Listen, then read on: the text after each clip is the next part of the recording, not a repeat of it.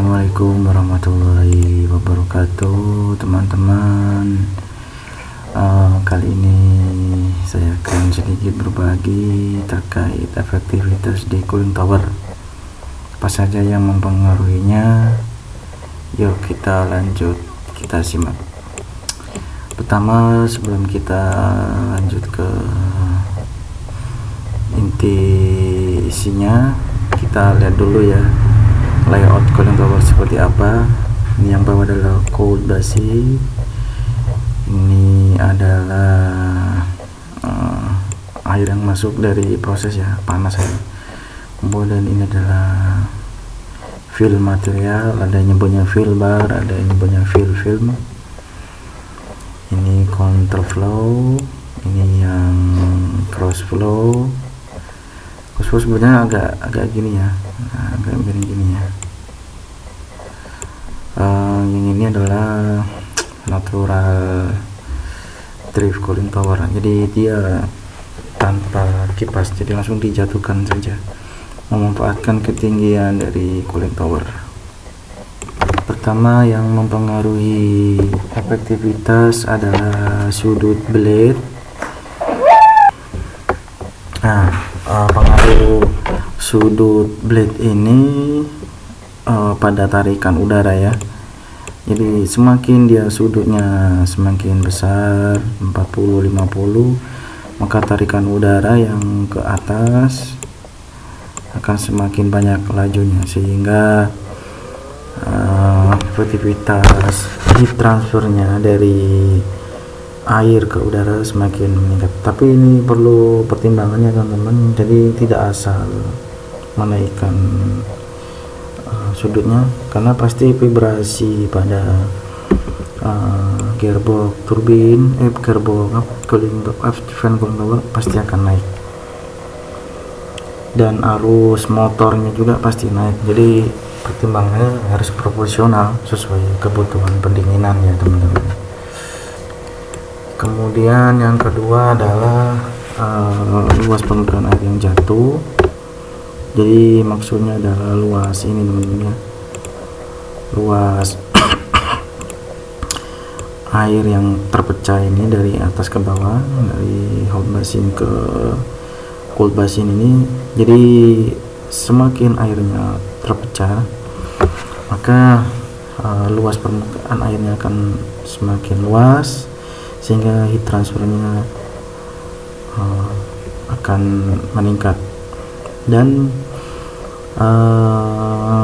apa sih yang mempengaruhi, yang memperburuk luas permukaan ini?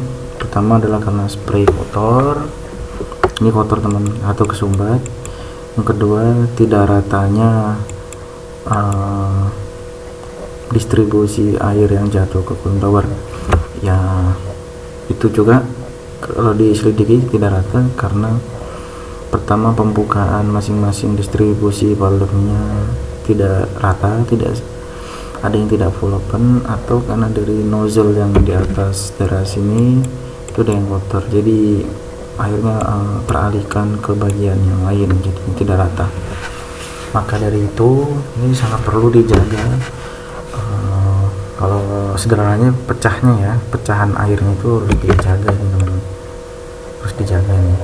Semakin pecah, semakin spray, maka heat transfernya akan semakin bagus, artinya efektivitas transfer panasnya semakin bagus. Untuk spray kotor juga diakibatkan karena ada lumpur pada spray nozzle-nya, sehingga tidak dapat berputar, airnya yang sendiri kotor.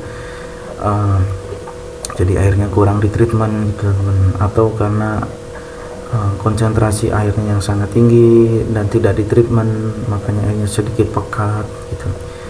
Jadi banyak hal yang mempengaruhi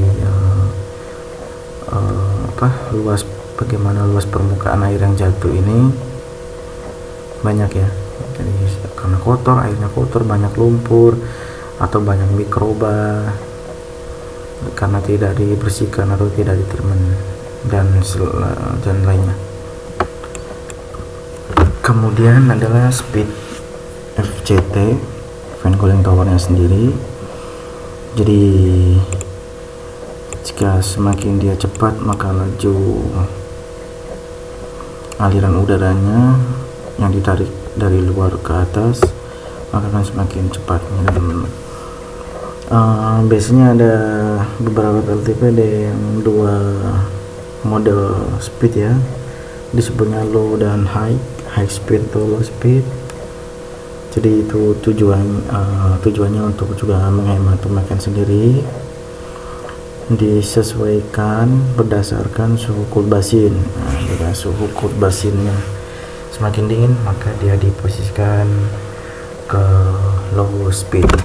Ada banyak cara, teman-teman, ya, untuk mengatur speed FCT. Ada yang pakai VSD, ada yang pakai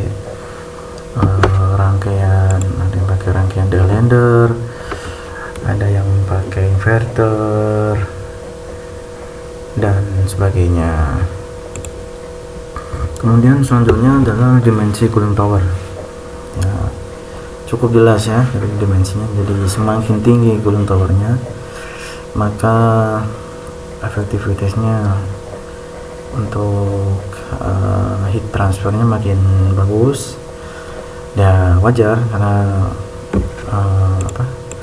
jarak dari atas ke bawah semakin naik ya, jadi jarak travelnya, perjalanan air dari atas ke bawah semakin panjang sehingga memberikan kesempatan pada air untuk membuang panasnya.